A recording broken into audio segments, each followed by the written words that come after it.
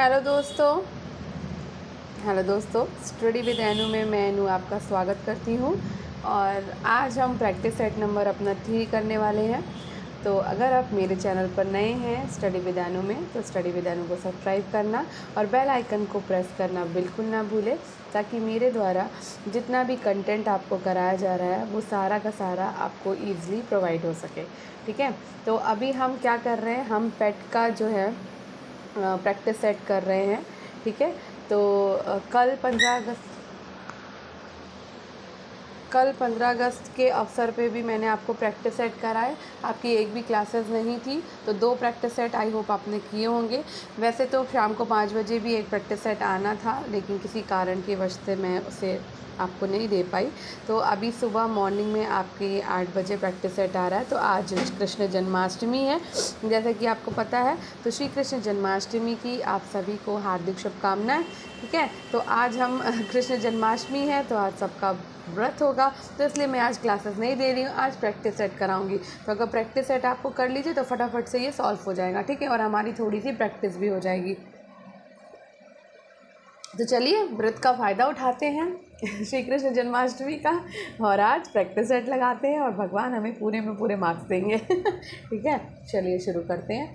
तो स्टार्ट करने से पहले अगर आप मेरे चैनल यानी कि स्टडी विद एनु में नए हैं, तो स्टडी विद एनु को सब्सक्राइब करना और बेल आइकन को प्रेस करना बिल्कुल ना भूलें। ठीक है, यहाँ मैं थोड़ी सी सूचना और दे देना चाहती हूँ कि 15 अगस्त के अवसर पे भी हमने प्रैक्टिस सेट लगाए। आज 16 अगस्त है, श्री कृष्ण जन्माष्टमी, तो भी हम प्रैक्टिस सेट लगाएंगे। और उसके बाद आपका संडे पड़ जाएगा 17 अगस्त को, हम तब भी प्रैक्टिस सेट लगाएंगे। तो 3 दिन लगातार प्रैक्टिस सेट लगाएंगे। इसका कारण यही है कि अब समय ज़्यादा पेट के एग्ज़ाम में नहीं बचा है, तो मैं ये चाहती हूँ कि हम ज़्यादा से ज़्यादा प्रैक्टिस सेट लगा सकें। ठीक है, तो चलिए फटाक से प्रैक्टिस सेट लगा लेते हैं। बहुत ज़्यादा प्रैक्टिस सेट नहीं है, 10 से 11 प्रैक्टिस सेट है ये। ठीक है, और बाकी अगर मुझे और, ये मैंने खुद बुक परचेज़ की थी, तो उससे मैं आपको प्रैक्टिस सेट ये लगवा रही हूँ। बाकी अगर मुझे और कहीं से कुछ भी मिलेगा तो मैं आपको लगवाऊंगी।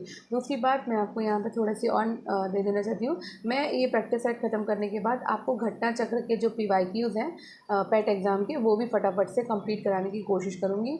और एक दिन में एटलीस्ट कम से कम 2 सब्जेक्ट के PYQ, मतलब कुछ टॉपिक, 2 टॉपिक या 1 टॉपिक, ऐसे 2-3 करके मैं आपको 2 सब्जेक्ट के आपको PYQ, यानी वो भी आपका प्रैक्टिस सेट ही हो जाएगा एक तरीके से, तो वो करवा दूँगी। घटना चक्र की जो बुक है, तो वो मेरे पास बुक है वो, तो उससे मैं आपको ऐसे PDF फॉर्म में करा दूँगी। ठीक है, तो चलिए स्टार्ट करते हैं।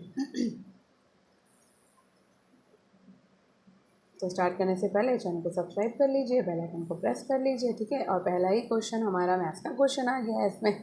ठीक है, तो निम्नलिखित में से कौन सा सही है।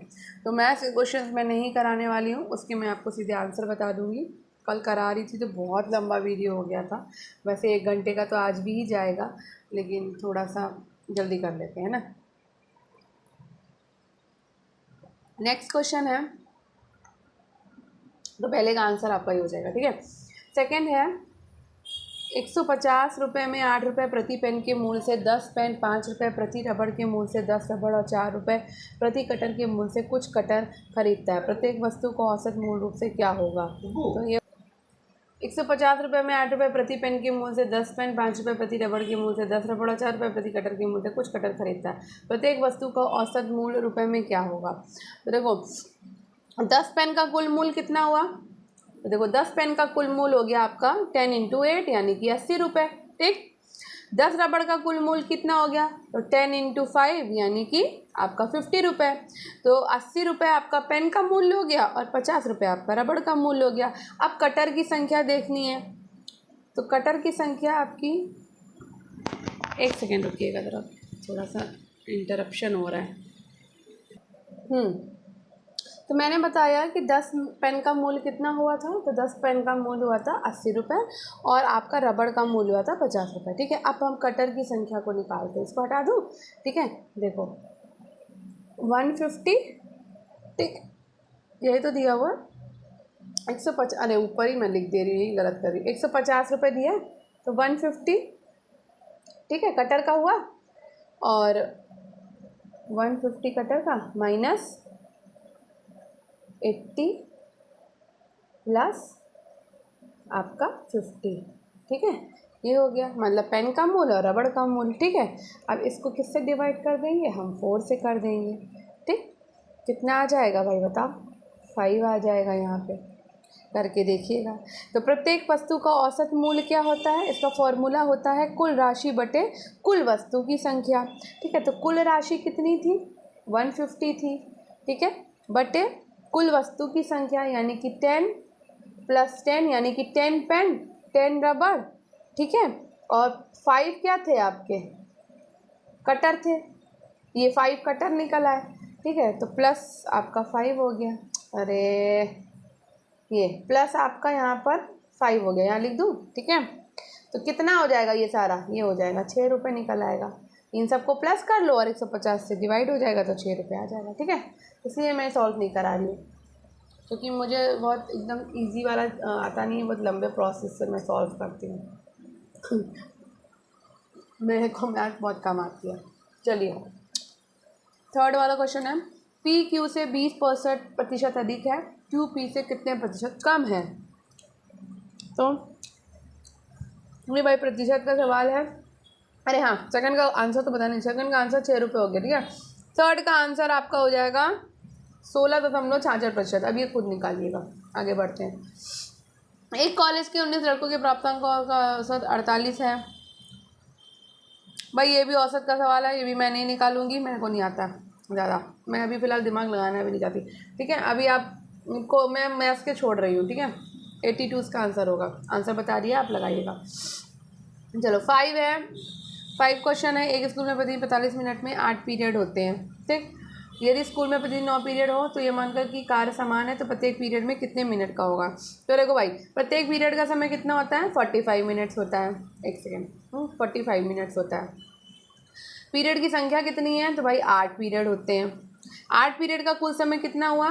तो 8 × 45 = कितना हो गया? 360 हो गया, ठीक। पीरियड की संख्या बढ़ाकर 9 कर दी जाती है, लेकिन कुल पीरियडों का समय वही रह रहा है। तो 9 पीरियड होने पर प्रत्येक पीरियड का समय कितना होगा? तो ये हो जाएगा आपके 9 पीरियड होने पर प्रत्येक पीरियड का समय कितना हो जाएगा? 360/9 यानी कि कितना हो जाएगा? 40 मिनट हो जाएगा, है ना। इसको इससे काट दो, 40 मिनट निकल आएगा, ठीक है। तो यहाँ पर आंसर आपका ए हो जाएगा, यानी कि 40 मिनट, ठीक है। नेक्स्ट, 6 अप्रैल 2025 को किसे 23वें विधि आयोग का अध्यक्ष नियुक्त किया गया है? तो आपको पता होगा कि 23वें विधि आयोग के अध्यक्ष कौन नियुक्त किए गए हैं? तो 23वें विधि आयोग के अध्यक्ष नियुक्त किए गए हैं न्यायमूर्ति दिनेश माहेश्वरी, ठीक है। तो अप्रैल 2025 में उच्चतम न्यायालय के पूर्व न्यायाधीश न्यायमूर्ति दिनेश माहेश्वरी को 23वें विधि आयोग का अध्यक्ष नियुक्त किया गया है। 23वें विधि आयोग का गठन कब हुआ है? तो भाई 1 सितंबर को हुआ है और 2024 को, ठीक है। इस आयोग का कार्यकाल कितने वर्षों का है? तो 3 वर्षों का कार्यकाल है। 1 सितंबर 2024 से लेकर आपका 31 अगस्त 2027 तक होगा, 7 कह रहे हैं, ठीक है।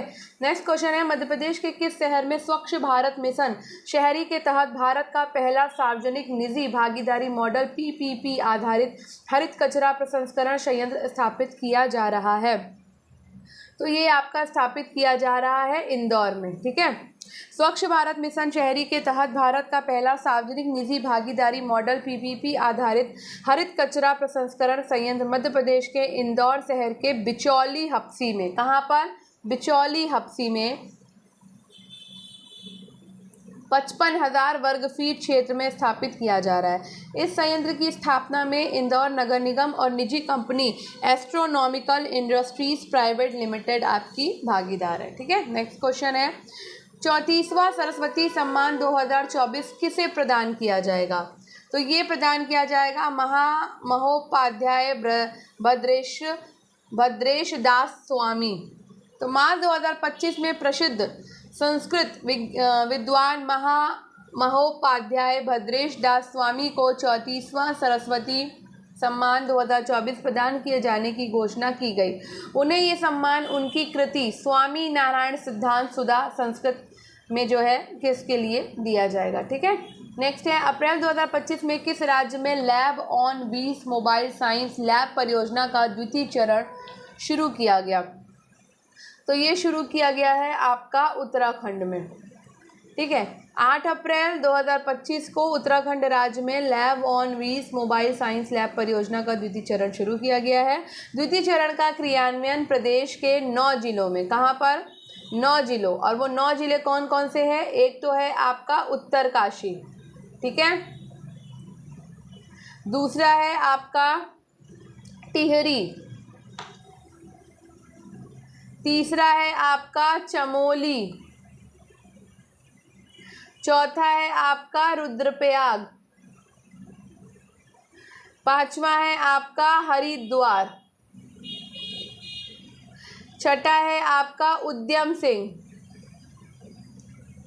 नगर, ठीक है, सातवां है आपका नैनीताल, सॉरी गलत वो खींच दी, नैनीताल, ठीक है, आठवां है आपका बागेश्वर और नवा है आपका पिथौरागढ़, ठीक है, मैं बता रही थी पिथौरागढ़ में किया जा रहा है इसी जगह पर, ठीक है। नेक्स्ट क्वेश्चन पे चलते हैं। क्वेश्चन नंबर 10 है, तीसरा अंतर्राष्ट्रीय क्वांटम संचार सम्मेलन 2025 कहाँ आयोजित किया गया है? तो ये आपका आयोजित किया गया है नई दिल्ली में 25 अप्रैल 2025 को, ठीक है, कब? 25 अप्रैल 2025 को तीसरा अंतर्राष्ट्रीय क्वांटम संचार सम्मेलन 2025 नई दिल्ली में आयोजित किया गया। इसे दूरसंचार विभाग डीओटी की तकनीकी शाखा दूरसंचार इंजीनियरिंग केंद्र टीईसी ने टेलीमैटिक्स विकास केंद्र सी के सहयोग से आयोजित किया। इस वर्ष इस सम्मेलन का मुख्य विषय सुरक्षित संचार और क्रिप्टोग्राफी के भविष्य था, ठीक है। नेक्स्ट क्वेश्चन है, अप्रैल 2025 में कौन सा बैंक ट्रेन में एटीएम लगाने वाला पहला बैंक बन गया है?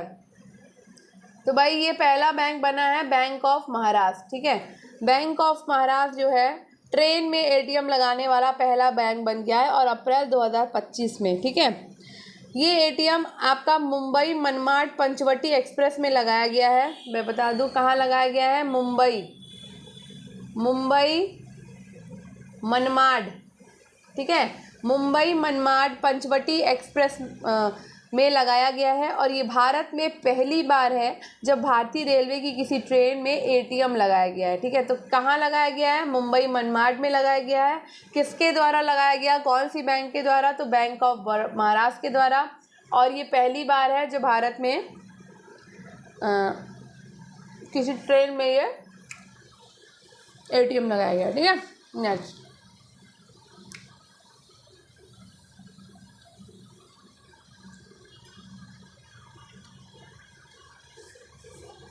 अप्रैल 2025 में कितने क्षेत्रीय ग्रामीण बैंकों आरआरबी के विलय के संबंध में अधिसूचना जारी की गई? ये है 26 अप्रैल 2025 में वित्त मंत्रालय के वित्तीय सेवा विभाग के द्वारा एक राज्य एक आरआरबी के सिद्धांत पर 26 क्षेत्रीय ग्रामीण बैंकों आरआरबी के एकीकरण और विलय के संबंध में अधिसूचना जारी की गई है, ठीक है। ये प्रक्रिया आरआरबी के चौथे चरण के एकीकरण का हिस्सा है और विलय के बाद देश में 28 आरआरबी होंगे जो 26, यानी जब विलय हो जाएगा तो कितने हो जाएंगे देश में? 28 हो जाएंगे, ठीक है। 26 राज्यों और 2 केंद्र शासित प्रदेशों में कार्यरत होंगे।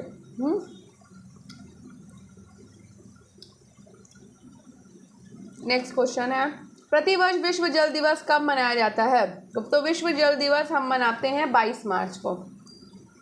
2025 में जल दिवस का मुख्य विषय क्या था? ग्लेशियर संरक्षण, ये इंपॉर्टेंट है, ग्लेशियर संरक्षण। 2025 में विश्व जल दिवस जो कि 22 मार्च को मनाया गया, उसका आपका विषय था ग्लेशियर संरक्षण। नेक्स्ट है, जून 2025 में भारत में किस अंतर्राष्ट्रीय संगठन की अध्यक्षता हासिल की है? किस अंतर्राष्ट्रीय संगठन की अध्यक्षता हासिल की है जून 2025 भारत में, ठीक है। तो ये हासिल की है अंतर्राष्ट्रीय प्रशासनिक विज्ञान संस्थान। जून 2025 में भारत ने अंतर्राष्ट्रीय प्रशासनिक विज्ञान संस्थान IIS की अध्यक्षता हासिल की और ये अध्यक्षता 2025 से 2028 कार्यकाल के लिए होगी। आईआईएस का मुख्यालय कहाँ पर है? तो आईआईएस का मुख्यालय है बेल्जियम में। आईआईएस का मुख्यालय है बेल्जियम के ब्रुसेल्स में। बेल्जियम के ब्रुसेल्स में आईआईएस का मुख्यालय है, अंतर्राष्ट्रीय प्रशासनिक विज्ञान संस्थान का। मार्च 2025 में संपन्न कबड्डी विश्व कप 2025 में पुरुष कबड्डी का खिताब किस देश ने जीता था? तो भाई पुरुष कबड्डी का खिताब जीता है भारत ने। ठीक है, 17 से 23 मार्च 2025 के मध्य में कबड्डी विश्व कप 2025 का आयोजन कहाँ किया गया था? तो आयोजन आपका इंग्लैंड में किया गया था। ठीक है, कहाँ किया गया था आयोजन? इंग्लैंड में। पुरुष कबड्डी का खिताब किसने जीता? तो भारत ने जीता। किसको पराजित करके? तो इंग्लैंड को हरा के। ठीक है, इंग्लैंड को हरा के भारत ने पुरुष कबड्डी का खिताब जीता है 2025 में। और महिला कबड्डी का भी खिताब किसने जीता है? भारत ने ही जीता है। ठीक है, और इंग्लैंड को ही पराजित करके जीता है। तो ये इसमें दोनों चीज़ें याद रख लेनी है कि कबड्डी विश्व कप 2025 पुरुष कबड्डी का खिताब भी भारत ने जीता इंग्लैंड को हरा करके, और महिला कबड्डी का खिताब भी भारत ने जीता है इंग्लैंड को हरा करके। और ये कबड्डी विश्व कप कहाँ हुआ था? तो इंग्लैंड में ही हुआ था। ठीक है, 16 नंबर क्वेश्चन है, निम्नलिखित में से कौन सी संख्या समूह से संबंधित नहीं है? तो यहाँ पर आंसर हो जाएगा आपका, इसको भी सॉल्व कर लीजिएगा, 250। ठीक है, थोड़ा सा बता देती हूँ। देखो 2 और 6 के बीच में आपका इंटू 2 मतलब इंटू 2 और प्लस 2 का कॉम्बिनेशन चल रहा है सबके बीच में। इंटू 2 ऐसे इंटू 2 करना है पहले, फिर प्लस 2 करना है, ये इस चीज़ का कॉम्बिनेशन चल रहा है और आंसर आपका 250 आएगा। नेक्स्ट, इस प्रश्न में 3 कथन दिए हैं और उसके बाद 3 शीर्षक, फर्स्ट सेकेंड और थर्ड। ठीक है, तो कथन वाला और निष्कर्ष वाला। हाँ, कथनों को सत्य मानते हुए भले ही वे समानता ज्ञात तथ्यों से भिन्न प्रतीत होते हो, निर्णय करें कि कौन से निष्कर्ष तार्किक रूप से कथनों का अनुसरण करते हैं, यानी कि ये आपका वैनारिक वाला होगा। ठीक है, तो चलो बनाते हैं। कथन कह रहा है कि सभी गेंद फूल है। ठीक है, तो सभी जो गेंद हैं, एक सेकेंड, सभी गेंद, तो ग लिख देती हूँ मैं, सभी गेंद, एक सेकेंड, सभी गेंद आपके क्या है? फूल है। ठीक है, तो ये हो गए आपके फूल। ठीक है, सभी गेंद आपके फूल है। ठीक, फिर कह रहा है सभी फूल यानी सारे फूल जो हैं वो प्लेट हो गए, तो सभी फूल आपके प्लेट हो गए। ठीक, कुछ प्लेट आपके क्या है? कप भी हैं, तो कुछ प्लेट कप है। सभी, एक मिनट, सभी गेंद फूल है, सभी फूल प्लेट है, कुछ प्लेटें आपकी क्या है? कप है।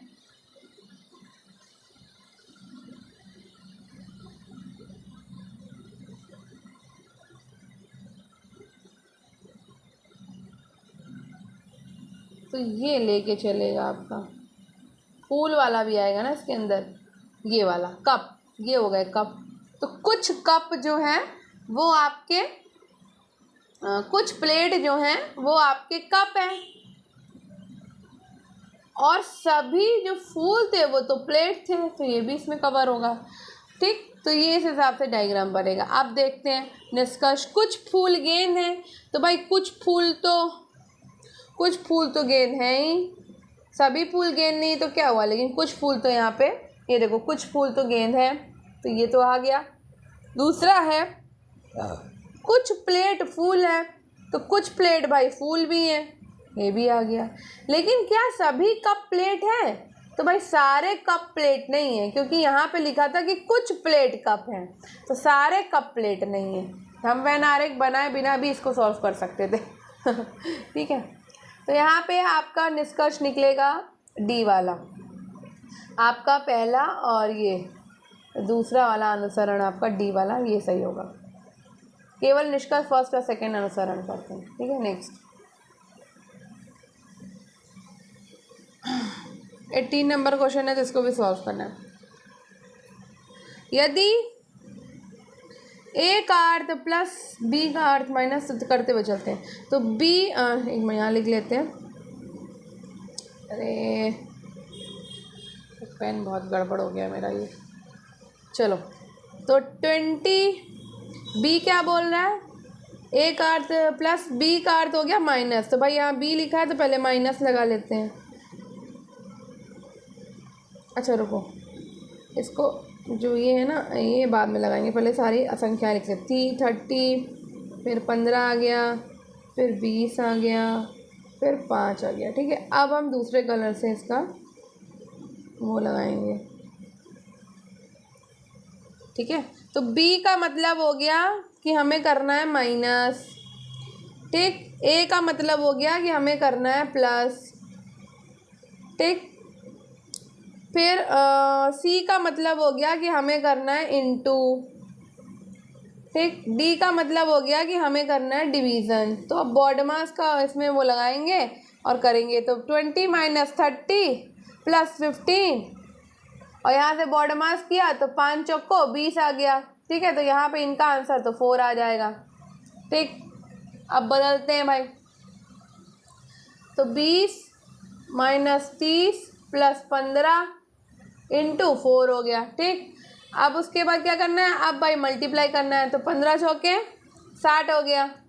ठीक है, तो यहाँ पे 60 आ गया। अब फिर यहाँ प्लस करना है, यहाँ माइनस करना है और यहाँ पे। ठीक है, फिर उसके बाद में अब क्या करना है, 60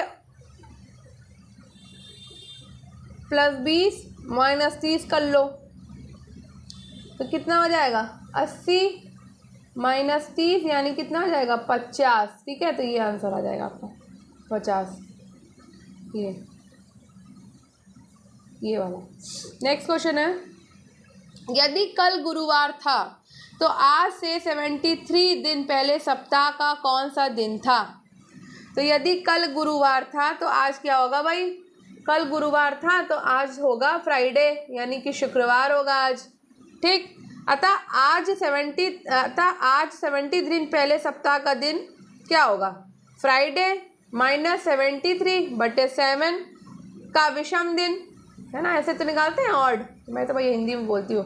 तो शुक्रवार, तो फ्राइडे माइनस ऐसे निकालेंगे, तो फ्राइडे -3 दिन, तो क्या हो जाएगा, यहाँ पे आ जाएगा आपका मंगलवार यानी कि आ जाएगा आपका ट्यूसडे। माँ लिख दिया मैंने, तो यहाँ पर आपका मंगलवार आएगा यानी कि ट्यूसडे आएगा। ठीक है, ये वाला।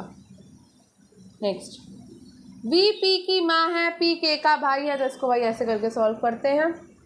लिखा है वी जो है भाई वो पी की माँ है, तो ऐसे बना लो भाई, ये मम्मी हो गई। ठीक, तो मम्मी के लिए मैं ऐसे त्रिभुज बनाती हूँ मेरे हिसाब से, चलो हम बनाते नहीं ऐसे लिख देते हैं। तो वी जो है वो पी की माँ है, पी के का भाई है, के भाई एन की, तो के का भाई एन भी है भाई। केवल एक संतान है और वो कौन है भाई, वो टी है। तो अब इसको कहाँ लिखूं, चलो इसको ऐसे ऐसे मान के ऐसे यहाँ लिख देती हूँ कि ये संतान है। ठीक है, ये संतान है टी, यानी आपकी बेटा भी हो सकती है बेटी भी हो सकती है। के एच की इकलौती पोती है, के जो है वो एच की इकलौती पोती है, यानी इनके ये इसकी माँ है ना पी वी, तो इनके भी ससुर वसुर होंगे या फिर सास होंगी। ठीक, तो पोती कौन हो गई भाई, ये हो गई के इनकी। अब क्या लिखा है, के का टी से क्या संबंध है। अब के टी की क्या क्या हो गई, तो भाई देखो के जो है ना टी के पिता की बहन है, क्योंकि एन का बच्चा या बच्ची टी है, तो जाहिर सी बात है टी जो है ना, ये के जो है ना वो टी की बुआ हुई, यही होगा। तो ये के का टी से क्या संबंध है,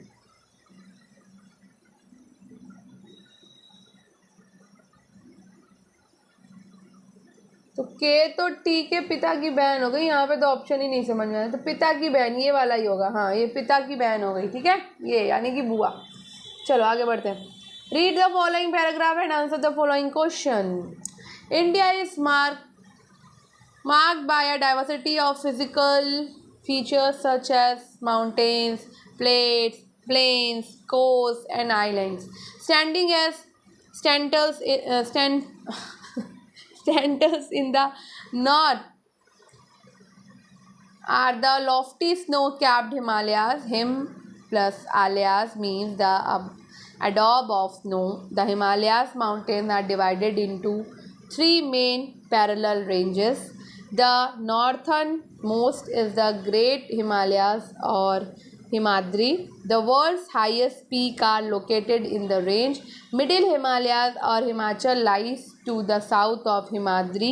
Many popular hill stations are situated here. Shivalik is the southernmost range. The northern Indian plains lie to the south of the Himalayas. They are generally level and flat. These are formed by the alluvial deposits laid down by the rivers, the Indus, the Ganga, the Brahmaputra, and their tributaries. These river plains provide fertile land for cultivation. That is the reason for high concentration of population is these plains, ठीक है। World highest peak are located in the, बताओ इसका answer क्या होगा। तो world highest peaks are located in the Himadri range. संसार की सबसे ऊंची पर्वत चोटी तो हिमाद्री श्रेणी में स्थित है, ठीक है। नॉर्थर्न इंडियन प्लेन्स आर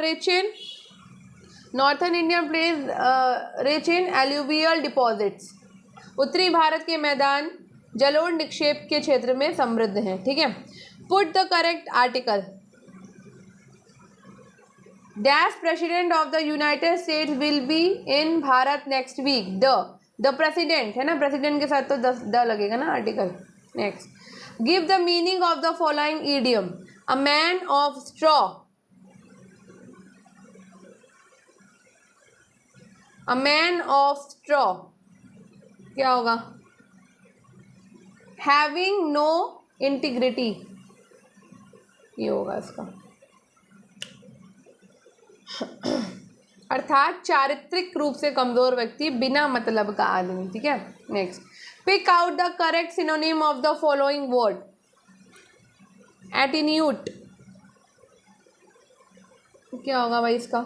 पतला करना है, मतलब कम करना, बल या मूल्य में घटाना, जैसे कि कमजोर होना, दुर्बल होना। इसका पर्यायवाची शब्द क्या होगा। तो मेक थिन होगा, साफ साफ लिखा है यहाँ पे, ठीक है ना। मेक थिन कम करना, पतला करना। या इसका लोवर्ड भी हो सकता है, डिक्रीज भी हो सकता है, रिड्यूस्ड भी हो सकता है इसका मतलब। नेक्स्ट है, भ्रमर शब्द के पर्यायवाची शब्द का चयन कीजिए। तो भ्रमर शब्द के पर्यायवाची शब्द का चयन कीजिए। तो भ्रमर का पर्यायवाची हम सबको पता है, मधुकर होता है।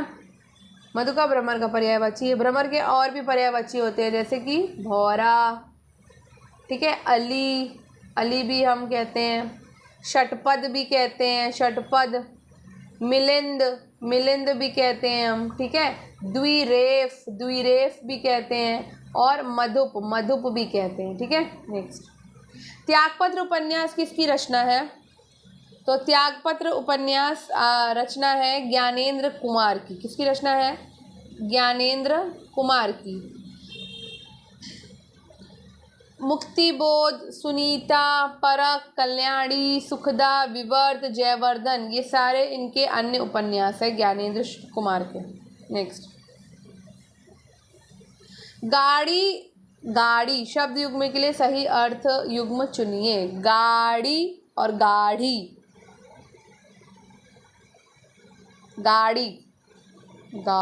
गाढ़ी मतलब क्या हो जाएगा, गहरी, और गाड़ी मतलब यान। गाड़ी हम लोग यूज़ करते हैं, गाड़ी शब्द मतलब यूज़ करते हैं हम लोग गहरी बात के लिए, कि तुमने बहुत गाढ़ी बात करी है, गाड़ी, तो ये हो जाएगा, ठीक है। यान और गाड़ी का मतलब यान। निम्नलिखित में से वाक्य के शुद्ध रूप का चयन करिए। तो वाक्य के शुद्ध रूप का चयन करना है, तो ये वह एक विदुषी महिला थी, वो एक विदुषी महिला थी। नेक्स्ट है ज्ञानेंद्र शब्द का संधि विच्छेद कीजिए। जैनेन्द्र शब्द का, ज्ञानेंद्र नहीं, जैनेन्द्र शब्द का संधि विच्छेद होगा जैन धन इंद्र, जैन धन इंद्र। ठीक है, नेक्स्ट नीचे दिए गए चार, अच्छा तो यहाँ पे ग्राफ आ गया भाई, थोड़ा सा छोटा करें, कोशिश करें करने की। क्या ये भाई ग्राफ दिया हुआ है जानकारी, तो लिखा है चावल मक्का ज्वार का ग्राफ है 2004, 5, 6, 7 का। पहला क्वेश्चन है किसी भी फसल के निम्नतम और उच्चतम उत्पादन के बीच मात्रा का अंतर करीब करीब कितना है। तो दिए गए चार्ट से ये तो स्पष्ट हो गया कि 2006 में मक्का का उत्पादन निम्नतम कितना है आपका। तो ये निम्नतम मक्का का उत्पादन 2004 में, सॉरी 2006 में कहाँ गया ये आपका, ये यहाँ पे ये है ना, ये एक सेकेंड, मक्का का, अरे पहने भी ना, ये यहाँ पे पूछा जा रहा है निम्नतम अंतर है ना, अंतर करीब करीब कितना, उच्चतम उत्पादन के बीच मात्रा का अंतर करीब करीब कितना है। ठीक है, तो यहाँ देखो निम्नतम आपका मक्का का उत्पादन यहाँ 2006 में कितना हो गया, यही हो गया 100 टन। ठीक है, 100 टन हो गया ये। ठीक है,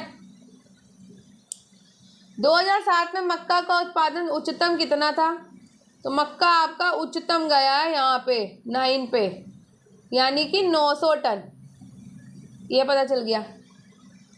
अब अभिष्ट अंतर कितना हो गया, 900 में माइनस कर दो भैया 100 को, कितना बचेगा, माइनस करोगे तो बचेगा 800 टन। ठीक है ना, तो ये सिंपल आंसर हो गया इसका। आगे बढ़े, चलो 2004 से 2007 के बीच में चावल उत्पादन के आंकड़े ये दर्शाते हैं। तो भाई 2004 में चावल का उत्पादन देखो, चावल भैया ये वाइट वाला है, तो 2004 में चावल का जो उत्पादन है वो आपका 900 टन है। 2007 में चावल का उत्पादन कितना हो गया भाई, ये हो गया 400 टन। उत्पादन में कमी हो रही है, तो 900 में से हम क्या कर देंगे, 400 माइनस कर देंगे अपॉन 900 इंटू 100%, कितना निकल आएगा, अरे अरे अरे अरे अरे ये क्या हो गया, एक सेकेंड,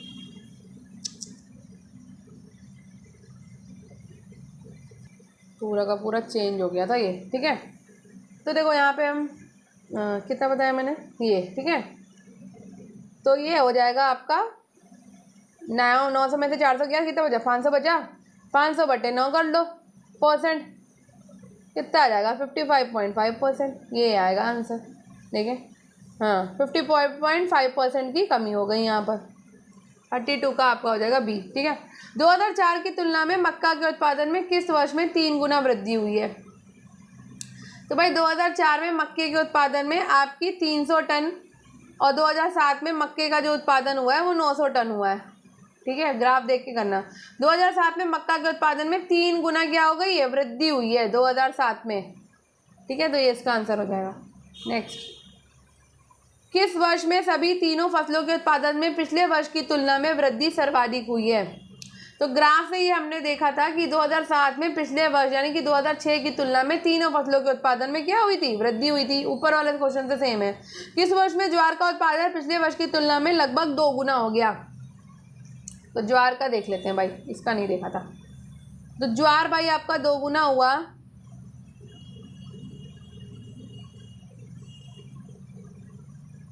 दो 2004 में ज्वार का उत्पादन कितना था, ये था 450। ठीक, 450 था। और 2005 में ज्वार का उत्पादन कितना हो गया, 900 टन हो गया ये। और 2004 की तुलना में 2005 में उत्पादन कितना हुआ, तो 900 अपॉन कर दो 450 और फिर इसको काट दो, 2 गुना हो जाएगा। ठीक, चलो आगे बढ़ते हैं। ये फिर ग्राफ वाला क्वेश्चन आ गया, राकेश, चमन, अक्षर, रमेश, महेश वाला। कार्य पूरा करने में लगने वाले समय को दर्शाता है। तो यदि वे सभी एक साथ काम करें तो कार्य को पूरा करने में कुल कितना समय लगेगा? तो भैया इसको मैं सॉल्व नहीं करने वाली हूँ, यहाँ पे मैं आंसर बता देती हूँ आपको। इसका आंसर होगा आपका, क्योंकि वीडियो बहुत लंबा हो जाता है, 80 से 29 दिन लग जाएंगे। ठीक है, निम्नलिखित में से कौन सा समूह कार्य को पूरा करने में न्यूनतम समय लेता है? तो ये न्यूनतम समय लेते हैं आपके चमन और रमेश। स्नेहा कैलाश से दुगनी कुशल है और वे दोनों मिलकर उतना ही काम करते हैं जितने समय में चमन और अक्षय मिलकर कहते हैं। कैलाश व्यक्तिगत रूप से कार्य को कितने दिनों में पूरा कर सकता है? तो कैलाश जो है वो व्यक्तिगत रूप से कार्य को कितने दिनों में पूरा कर सकता है? तो ये पूरा कर लेगा आपका 20 दिन में, और ये पूरा सॉल्व होने में बहुत लंबा प्रोसीजर है इसकी। चमन और अक्षय ने संतुलित से काम शुरू किया था, तो 39 का आपका आंसर हो जाएगा 750 रुपये। ठीक है, इसको बाद में मैं सॉल्व करूँगी किसी और दिन। अभी मैं मैथ्स एक दिन मैं ना मैथ्स के ही सारे सॉल्व कर डालूँगी और ग्राफ के। 5 दिनों तक काम करने के बाद राकेश से अक्षय जुड़ जाता है, तो इसका भी आंसर आपका 40 का हो जाएगा 15 दिन। अब यहाँ पे भी हमें तालिका देखनी है। 5 महीनों के दौरान 5 कंपनियों के द्वारा बेचे गए उत्पादों की संख्या, तो ये देखा। चलो क्वेश्चन देखते हैं पहले। मार्च में कंपनी पी और आर के द्वारा बेचे गए उत्पादों की कुल संख्या का औसत में उन्हीं कंपनियों के द्वारा बेचे गए उत्पादों की कुल संख्या में अनुपात कितना है?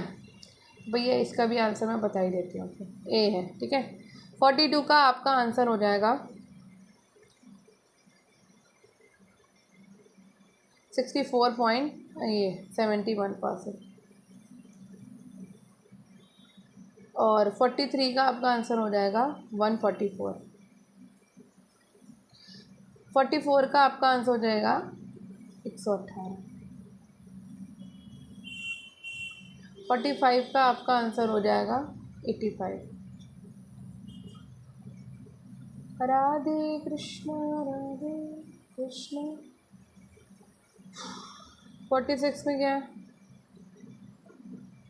अच्छा, ये भी एक क्वेश्चन आ गया आपका। अरे बाप रे, ग्राफ वाले क्वेश्चन बहुत आते हैं मुझे लगता है इसको सॉल्व अलग से मुझे कराना चाहिए, बहुत लंबा वीडियो हो जाता है आपका। राज्य डी में गरीबी रेखा से ऊपर वाली महिलाओं की संख्या का कुछ छोटे होते तो चलो, जब इसका भी आंसर बता देती हूँ मैं, लंबा हो रहा है वीडियो। अरे यार क्या हो जाता है बार बार।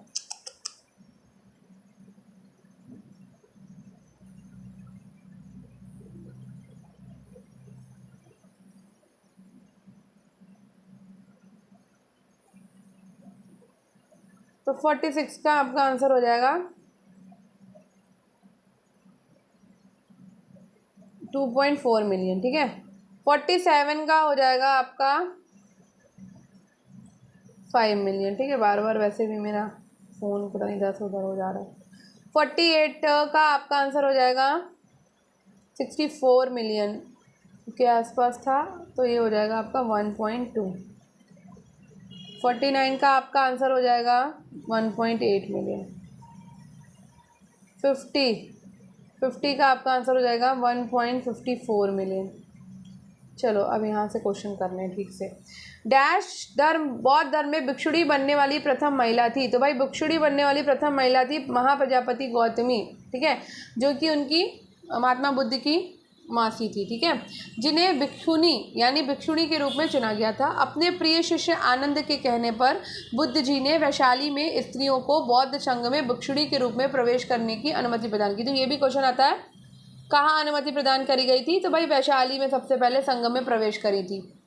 नेक्स्ट है, किस मंदिर को ब्लैक पैगोडा के नाम से जाना जाता है? तो ब्लैक पैगोडा के नाम से जाना जाता है कोणार्क के सूर्य मंदिर को। ठीक है, ये कहाँ पर है? तो ये आपका पुरी में है। पुरी कहाँ है? उड़ीसा में। ठीक है, कोणार्क का विशाल सूर्यदेव का मंदिर नरसिंह देव वर्मन प्रथम ने बनवाया था। किसने बनवाया था? तो कोणार्क का सूर्य मंदिर नरसिंह देव वर्मन प्रथम ने बनवाया था। 13वीं शताब्दी ईस्वी में निर्मित, ये 13वीं शताब्दी में बना है। 13वीं शताब्दी ईस्वी में निर्मित ये मंदिर अपनी विशिष्ट शैली के लिए प्रसिद्ध है और इसे यूनेस्को के द्वारा 1984, ठीक है, यूनेस्को के द्वारा 1984 में कोणार्क के सूर्य मंदिर को विश्व धरोहर स्थल घोषित किया गया है। कब किया गया? 1984 में। नेक्स्ट क्वेश्चन है, चंद्रगुप्त द्वितीय ने अपनी पुत्री का विवाह किस वंश में करवाया था? तो चंद्रगुप्त द्वितीय ने अपनी उनकी पुत्री का नाम देखो, चंद्रगुप्त द्वितीय की पुत्री का नाम था प्रभावती। एक सेकेंड, चंद्रगुप्त द्वितीय की पुत्री का नाम था, यहाँ लिख देती हूँ, प्रभावती था। ठीक है, प्रभावती गुप्त का विवाह वाकाटक वंश, किसने वंश? वाकाटक वंश के किसके साथ? रुद्रसेन द्वितीय से किया था। ठीक है, चंद्रगुप्त द्वितीय ने वाकाटकों के सहयोग से शकों को पराजित किया था और विक्रमादित्य की उपाधि धारण की थी। ठीक है सॉरी। किस लोधी शासक 1489 से 1517 का वास्तविक नाम निजाम खां था? तो लोधी शासक सिकंदर लोधी का वास्तविक नाम निजाम खां था। उसने सिकंदर शाह की उपाधि धारण की। सिकंदर लोधी ने गुरुमुखी, ठीक है, ये गुरुमुखी उपनाम से क्या लिखता था? कविताएं लिखता था। गुरुमुखी उपनाम से कविताएं लिखता था और इसने सिकंदर शाह की उपाधि भी धारण की थी। ठीक है, नेक्स्ट है, अकबर के कहने पर मजहर का दस्तावेज किसने तैयार किया? महजर का। तो अकबर के कहने पर अकबर ने देखो समस्त धार्मिक स्थलों को अपने हाथ में लेने के लिए क्या किया था? 1579 में महजरनामा घोषणा की थी। महजरनामा की घोषणा की थी और ये महजरनामा या महजर का दस्तावेज फैजी और अबुल फजल के पिता शेख मुबारक ने तैयार किया था। नेक्स्ट है, तो अकबर के कहने पर महजर का दस्तावेज किसने तैयार किया था? ये तैयार किया था शेख मुबारक ने, जो कि फैजी और अबुल फजल के पिता थे। नेक्स्ट है, स्वतंत्र बंगाल राज्य की स्थापना किसने की थी? तो स्वतंत्र बंगाल राज्य की स्थापना जो है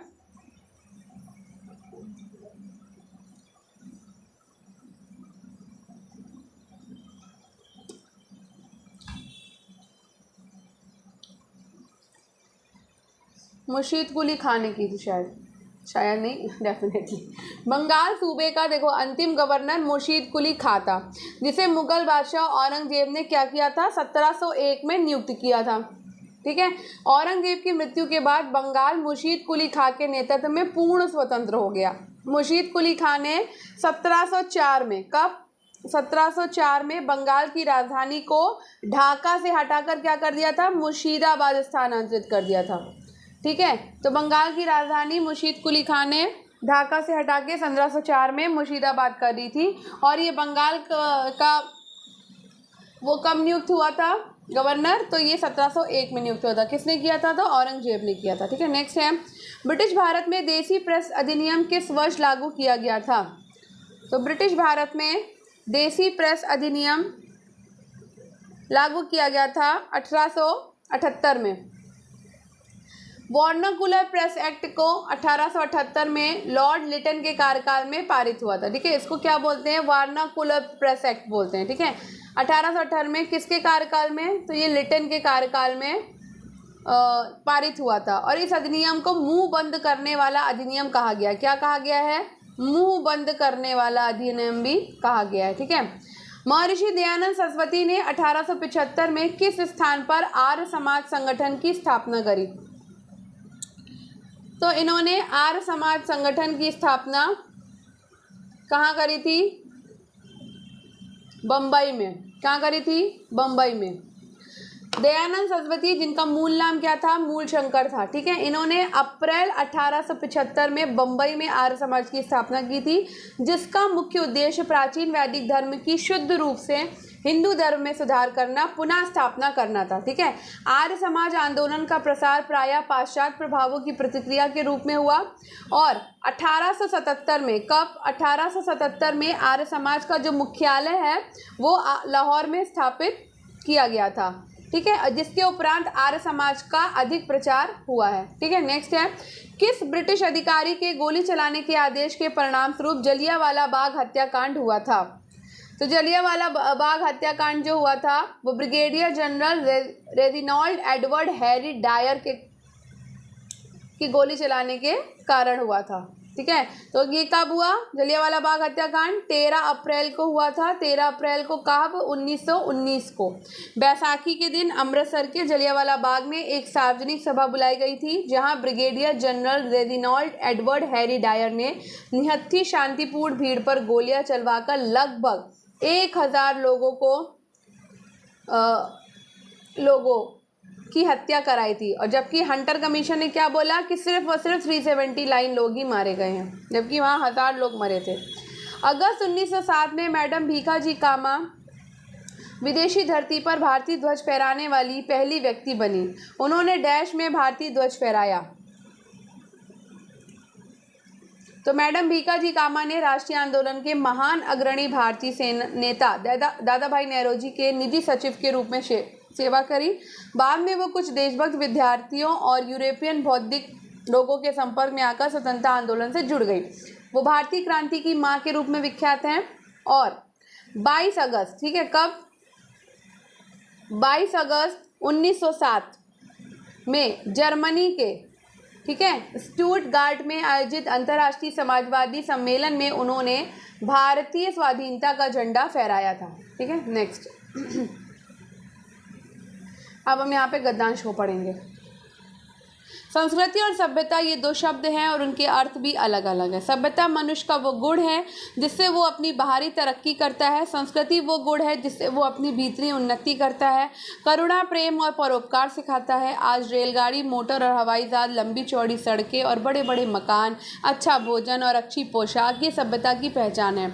और जिस देश में इनकी जितनी ही अधिकता है उस देश को हम उतना ही सभ्य मानते हैं। मगर संस्कृति उन सबसे कहीं बारीक चीज़ है। वो मोटर नहीं, मोटर बनाने की कला है। मकान नहीं, मकान बनाने की रुचि है। संस्कृति धन नहीं, गुण है। संस्कृति ठाट बाट नहीं, विनय और विनम्रता है। एक कहावत है कि सभ्यता वो चीज़ है जो हमारे पास है, लेकिन संस्कृति वो गुण है जो हमसे छिपा हुआ है। हमारे पास घर होता है, कपड़े लत्ते होते हैं, मगर ये सारी चीज़ें हमारी सभ्यता के सबूत हैं।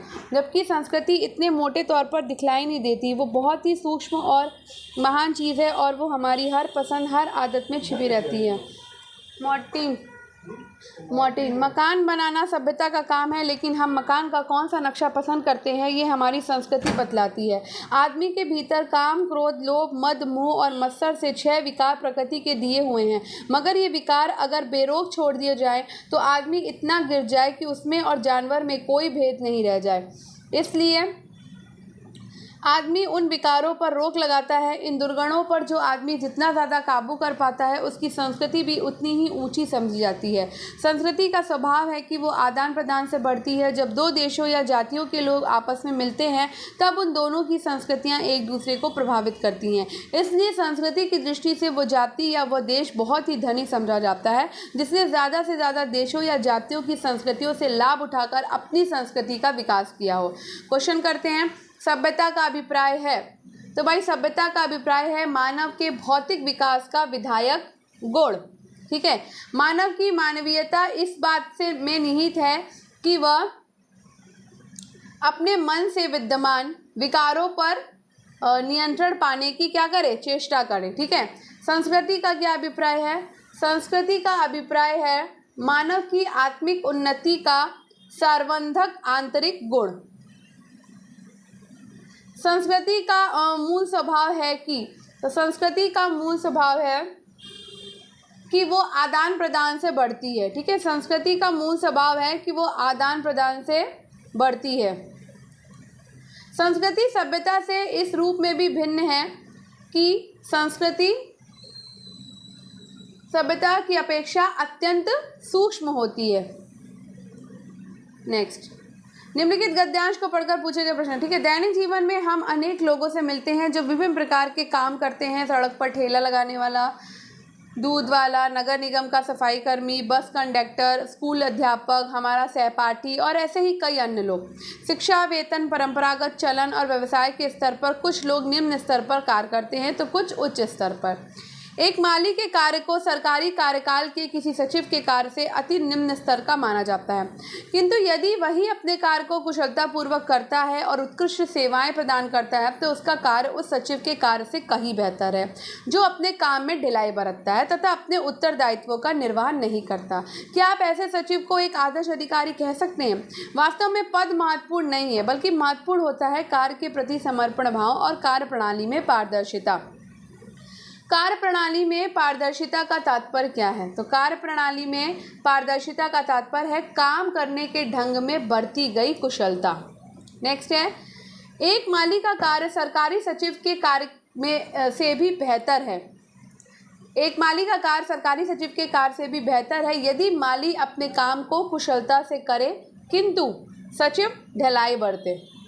उपयुक्त शीर्षक छाटिए। तो उपयुक्त शीर्षक, उपयुक्त गद्यांश के आधार पर कार्यप्रणाली में पारदर्शिता का तात्पर्य है काम करने के ढंग में बरती हुई कुशलता, है ना, यही तो होगा। उपयुक्त शीर्षक क्या होगा? उपयुक्त शीर्षक होगा, गद्यांश का शीर्षक होगा कर्मनिष्ठा की महिमा, यही तो बात हो रही है इसमें। सरल वाक्य बनाइए। दैनिक जीवन में हम अनेक लोगों से मिलते हैं जो विभिन्न प्रकार के काम करते हैं। तो इसका सरल, दैनिक जीवन में हम अनेक लोगों से मिलते हैं जो विभिन्न प्रकार के काम करते हैं, तो वाक्य को सरल वाक्य के रूप में ऐसे बोलेंगे कि दैनिक जीवन में हम विभिन्न प्रकार के काम करने वाले लोगों से मिलते हैं, यही इसका सरल वाक्य हो जाएगा। नेक्स्ट, बेहतर शब्द के लिए पर्यायवाची शब्द क्या होगा? तो बेहतर शब्द के लिए पर्यायवाची हो जाएगा कि ज़्यादा अच्छा, है ना, अच्छे से ज़्यादा अच्छा। बेहतर शब्द का प्रयोग अच्छे में अच्छा के लिए होता है ना। नेक्स्ट, भारत के राष्ट्रपति के द्वारा राज्यसभा में कितने सदस्यों को नामित किया जा सकता है? तो भाई 12 सदस्य नामित होते हैं। और लोकसभा में कितने होते थे? 2, जो कि अब नहीं होते हैं।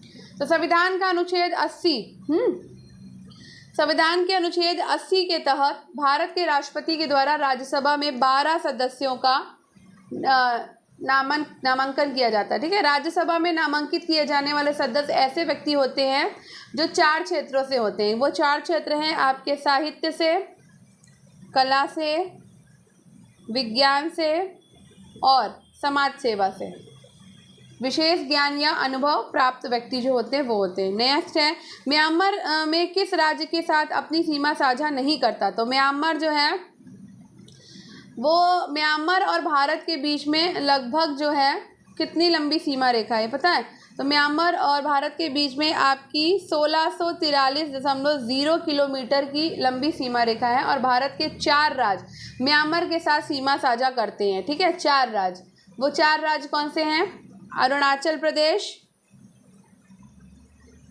ठीक, नागालैंड, ठीक, मणिपुर, ठीक, मिजोरम, ठीक, लेकिन सिक्किम नहीं करता, तो इसका आंसर आपका सिक्किम हो जाएगा। गिद्दा और भांगड़ा किस राज्य के लोक नृत्य है? तो सबको पता है भाई ये पंजाब का लोक नृत्य है गिद्दा और भांगड़ा। गिद्दा एक महिला लोक नृत्य होता है जबकि भांगड़ा पुरुष लोक नृत्य है और दोनों ही नृत्य विभिन्न संस्कृति त्योहारों के दौरान किए जाते हैं। Next, the inheritance of loss पुस्तक किसके द्वारा लिखी गई है? तो द इनहेरिटेंस ऑफ लॉस उपन्यास की लेखिका है किरण देसाई। कौन है? किरण देसाई। ठीक है, किरण देसाई के द्वारा ये लिखी गई है और इसका प्रकाशन जो है वो 2006 में हुआ था। रविंद्रनाथ टैगोर ने डैश में शांति निकेतन संस्थान शुरू किया। तो रविंद्रनाथ टैगोर ने 1901 में शांति निकेतन संस्थान की शुरुआत करी। शांति निकेतन को प्रारंभ में बच्चों के लिए एक स्कूल के रूप में शुरू किया गया था और बाद में ये विश्व भारती विश्वविद्यालय बन गया। ये पश्चिम बंगाल के शांति निकेतन में स्थित एक केंद्रीय विश्वविद्यालय है। अंतर्राष्ट्रीय महिला दिवस कब मनाते हैं? तो सबको पता है कि अंतर्राष्ट्रीय महिला दिवस 8 मार्च को मनाया जाता है। नेक्स्ट क्वेश्चन है, कौन से समूह में पारिस्थितिकी तंत्र के केवल अजैविक तत्व शामिल होते हैं?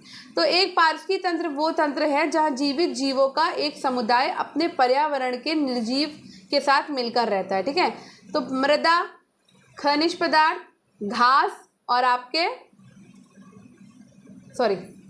गलत बोल दिया, मृदा, खनिज पदार्थ, पवन और वर्षा, ये वाला हो जाएगा।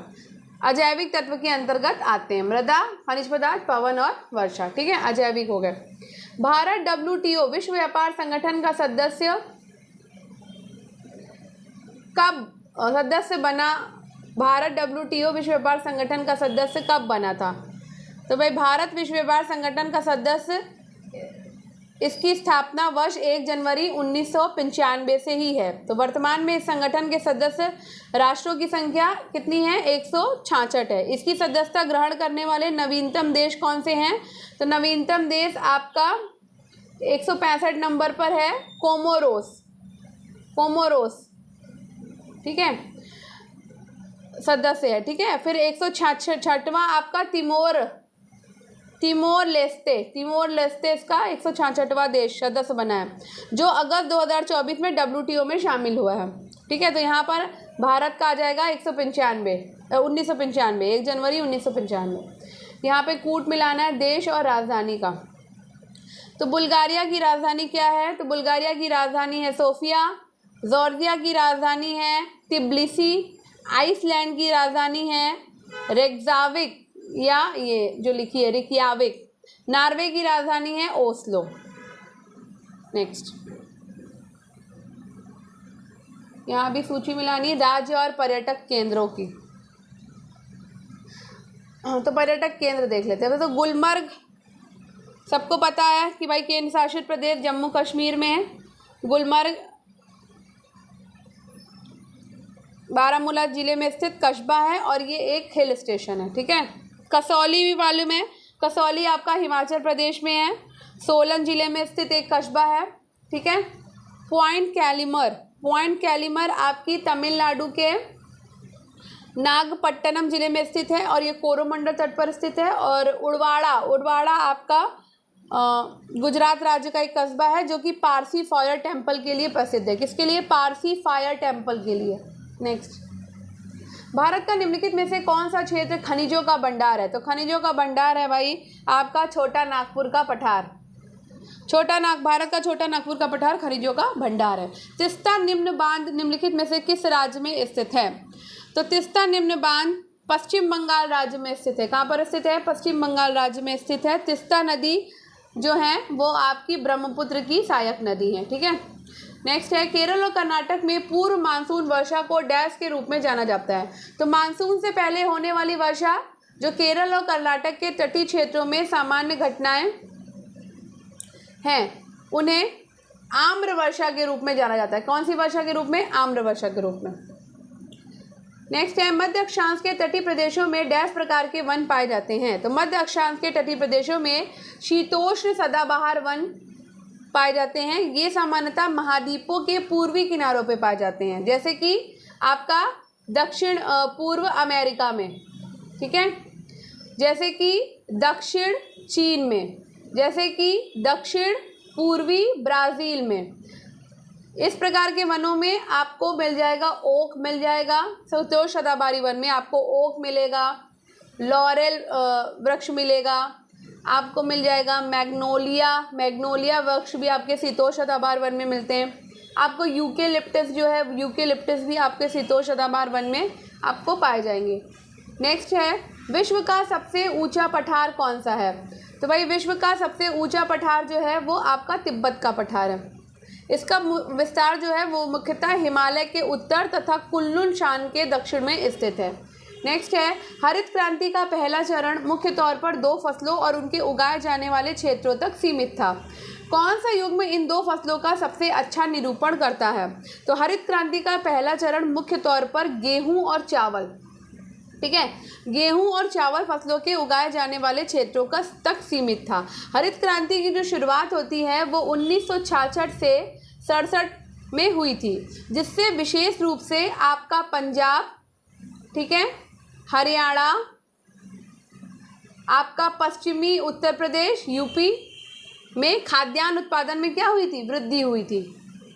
नीति आयोग का पदेन अध्यक्ष कौन होता है? तो सबको पता है भाई प्रधानमंत्री होता है, ठीक है। तो नीति आयोग के स्थान पर स्थापित हो गया है, योजना आयोग के स्थान पर नीति आयोग जो है आपका स्थापित हो गया है और इसका पदेन अध्यक्ष प्रधानमंत्री होता है। और वर्तमान में नीति आयोग के पदेन अध्यक्ष कौन है? नरेंद्र मोदी हैं, ठीक है।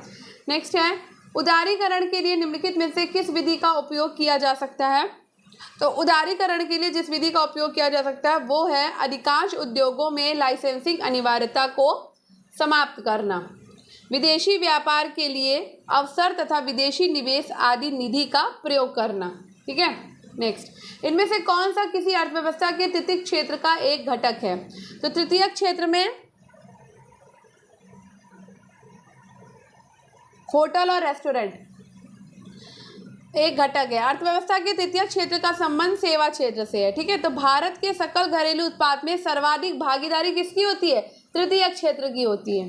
ठीक है, नेक्स्ट सकल राजकोषीय घाटे के संबंध में कौन सा विकल्प सही है। सकल राजकोषीय घाटा अर्थव्यवस्था के स्थायित्व और सार्वजनिक क्षेत्र की सुदृढ़ वित्तीय व्यवस्था के लिए एक निर्णायक चर है। सकल राजकोषीय घाटा बराबर कुल व्यय माइनस यानी आपकी राजस्व प्राप्तियां प्लस गैर ऋण सृजित पूंजीगत प्राप्तियां अथवा सकल राजकोषीय घाटा इक्वल टू शुद्ध घरेलू ऋण प्लस विदेशों से ऋण, सॉरी आरबीआई से ऋण। देखो ये ऐसे होगा, शुद्ध घरेलू ऋण प्लस आरबीआई से ऋण प्लस आपका विदेशों से ऋण, ये ऐसे इस तरह से होगा। तो कुछ गड़बड़ है मार्किंग।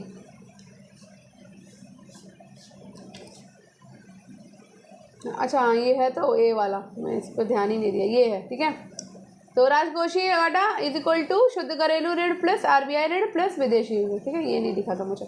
नेक्स्ट, पंचायतों से संबंधित प्रावधानों का उल्लेख भारतीय संविधान के किस भाग में किया जाता है। तो भाई हमें पता है कि भाग 9 में होता है। ठीक है, भारतीय संविधान के भाग 9 में किया गया है और इसे कब 73वें संविधान संशोधन अधिनियम 1992 के द्वारा जोड़ा गया था। ठीक है, इसमें एक नई अनुसूची जोड़ी गई थी, 11वीं अनुसूची भी जोड़ी गई थी। नेक्स्ट, भारतीय संविधान का कौन सा अनुच्छेद ये निर्धारित करता है कि सर्वोच्च न्यायालय के द्वारा घोषित कानून भारत के क्षेत्र के भीतर सभी अदालतों पर बाध्यकारी होगा। तो भारतीय संविधान का अनुच्छेद 141 ये अभी निर्धारित करता है कि उच्चतम न्यायालय के द्वारा घोषित विधि भारत के राज्य क्षेत्र के भीतर सभी न्यायालयों पर अबाध्यकार यानी कि बाध्यकारी होगा। 141। ठीक है, निम्नलिखित में से किस समिति ने संविधान में मौलिक कर्तव्यों को सम्मिलित करने की सिफारिश की। तो भारतीय संविधान में मूल कर्तव्य को रूस यानी कि पूर्व के सोवियत संघ यूएसएसआर के संविधान से लिया गया है और इसे स्वर्ण सिंह समिति की सिफारिश पर संविधान में जोड़ा गया था। भारत के संविधान के अनुच्छेद 123 और अनुच्छेद 213 निम्नलिखित में से किस विषय से संबंधित है। तो भाई ये अध्यादेश बनाने की शक्ति है। ठीक है, तो 123 के अंतर्गत संसद के विश्रांति काल में अध्यादेश जो है वो राष्ट्रपति देते हैं, तो यहाँ पे प्रेसिडेंट देगा। और 213 के अंतर्गत आपका राज्यपाल देता है। विधानमंडल में के विश्रांति काल में अध्यादेश जो है वो राज्यपाल की शक्ति है 213 के तहत, और 123 के तहत प्रेसिडेंट यानी कि राष्ट्रपति की शक्ति है। ठीक है, भारतीय संविधान के निम्नलिखित में से किस संवैधानिक संशोधन अधिनियम ने लोकसभा और राज्यों की विधानसभाओं के निर्वाचन के लिए मतदान की आयु 21 से घटाकर 18 कर दी थी। तो भारतीय संविधान के 61वें संविधान संशोधन अधिनियम 1988। ठीक है, गलत हो गया, 1988 के द्वारा अनुच्छेद 326 में संशोधन करके लोकसभा और राज्यों की विधानसभाओं के निर्वाचन के लिए मतदान की आयु जो है वो 21 से घटा करके 18 वर्ष कर दी गई। दो निकटवर्ती श्रृंगों या गर्त के बीच की क्षैतिज दूरी को डैश के रूप में जाना जाता है। तो तरंग दैर्घ्य के रूप में जाना जाता है, परिभाषित किया जाता है। तरंग दैर्घ्य को ग्रीक अक्षर इससे है ना, ऐसे करते हैं ना, सॉरी ऐसे ग्रीक अक्षर इससे प्रदर्शित किया जाता है। ठीक है, नेक्स्ट है राशि के मापन और उसकी इकाई का कौन सा युग्म सुमेलित नहीं है। वजन अर्थात भार का मात्रक बल के मात्रक के समान न्यूटन में व्यक्त किया जाता है, ना कि घन मीटर में। ठीक है, घन मीटर या मीटर क्यूब आयतन की इकाई है। ये गलत हो गया। न्यूलैंड्स के अष्टक नियम के अनुसार किसमें सोडियम के समान गुण होते हैं? तो न्यूलैंड्स के अष्टक नियम के अनुसार तत्वों को उनके परमाणु द्रव्यमान के क्रम में व्यवस्थित करने पर प्रत्येक आठवें तत्व का गुणधर्म पहले तत्व के गुणधर्म के समान है। न्यूलैंड्स के अष्टक में लिथियम 3 और सोडियम 11 के गुणधर्म क्या होते हैं? समान होते हैं। ठीक है, इसी तरह बोरिलियम और मैग्नीशियम में अधिक समानता है। नेक्स्ट है माइटोकॉन्ड्रिया डैश में नहीं पाया जाता। तो भाई माइटोकॉन्ड्रिया जीवाणुओं में नहीं पाया जाता है। ठीक, माइटोकॉन्ड्रिया यूकेरियोटिक कोशिकाओं में पाया जाता है। ये प्रोकैरियोटिक कोशिकाओं में उपस्थित नहीं होता। जीवाणु में प्रोकैरियोटिक कोशिका पाई जाती है, तो माइटोकॉन्ड्रिया को कोशिका का पावर हाउस कहा जाता है। ठीक है, ये भी पता होना चाहिए। नेक्स्ट, चिकनगुनिया डैश मच्छर के कारण होने वाला एक संक्रमण है। तो चिकनगुनिया विषाणु जनित रोग है जो एडीज मच्छर के काटने से फैलता है। इस रोग के लक्षणों में आपको तीव्र बुखार, धड़ और फिर हाथ पैर पर चकत्ते, शरीर के जोड़ों में दर्द, सिर दर्द, आंखों में दर्द आदि शामिल होता है। ठीक है, तो यहाँ पर हमने अपना प्रैक्टिस सेट एक निपटा लिया है। तो आई होप आपको आज का ये वीडियो पसंद आया होगा। तो अगर आपको आज का ये वीडियो पसंद आया हो तो वीडियो को लाइक करिए, शेयर करिए और स्टडी विद अनु के साथ कनेक्टेड रहिए। स्टडी विद अनु को सब्सक्राइब करिए। ठीक है, अब मिलते हैं अपने नेक्स्ट प्रैक्टिस सेट में और संडे तक आपका ये प्रैक्टिस सेट चलेगा। ठीक है, कल था, आज भी है जन्माष्टमी के अवसर पर और कल आपका संडे को भी प्रैक्टिस सेट होगा। तो 3 दिन हम प्रैक्टिस सेट लगाते हैं, उसके बाद से वापस से अपनी क्लासेस शुरू कर देंगे मंडे से। ठीक है, तो बस मैं यही कहूँगी, अगर आपके लिए यूज़फुल है तो दूसरों के साथ शेयर करना बिल्कुल ना भूलें। धन्यवाद, पढ़ते रहिए, सफलता ज़रूर मिलेगी।